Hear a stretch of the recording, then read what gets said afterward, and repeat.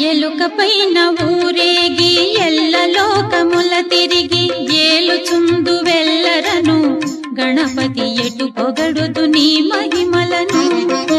ఎలుకపైన ఊరేగి ఎల్ల లోకముల తిరిగి ఏలుచుందు వెల్లరను గణపతి ఎటు పొగడుదు నీ మహిమలను.